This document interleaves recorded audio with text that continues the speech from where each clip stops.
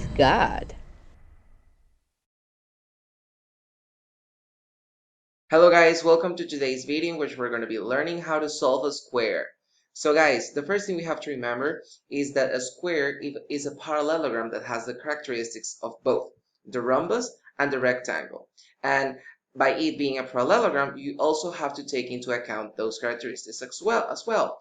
So whenever we have our square, we have to remember that the two diagonals are actually going to be congruent.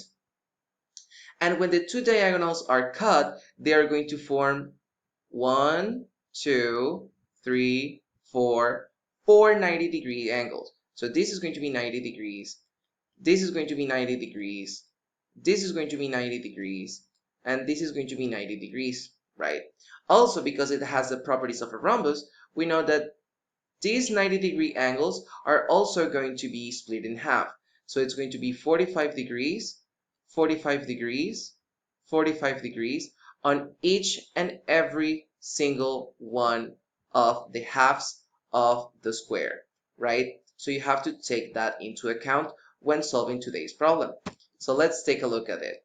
So find the length of the angles and the measurements specified. So the first thing is that we're given that ZP has a length of 7, and we're being asked what is the measurement of angle YBZ. So YBZ. So we're being asked for this angle.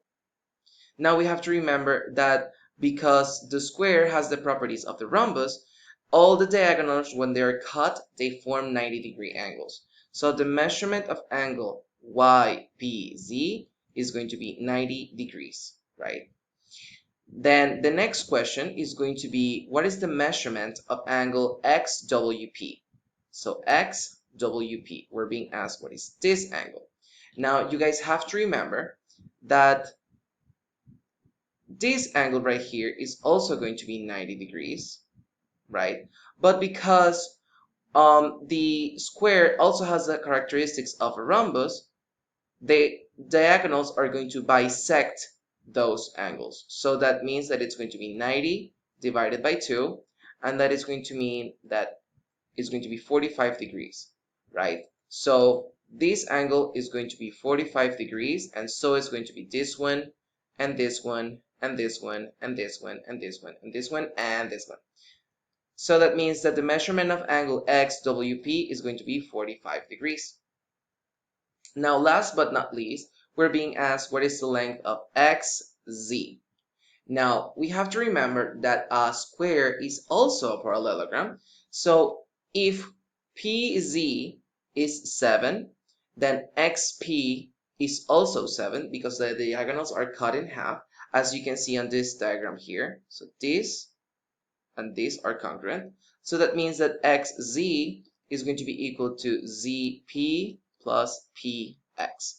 So it's going to be 7 plus 7, and that is going to mean that the measurement of the whole diagonal is going to be 14. So guys, that is pretty much it for today. If you found this video useful, don't forget to leave a like down below and a comment, and I'll see you guys in the next one. Bye bye.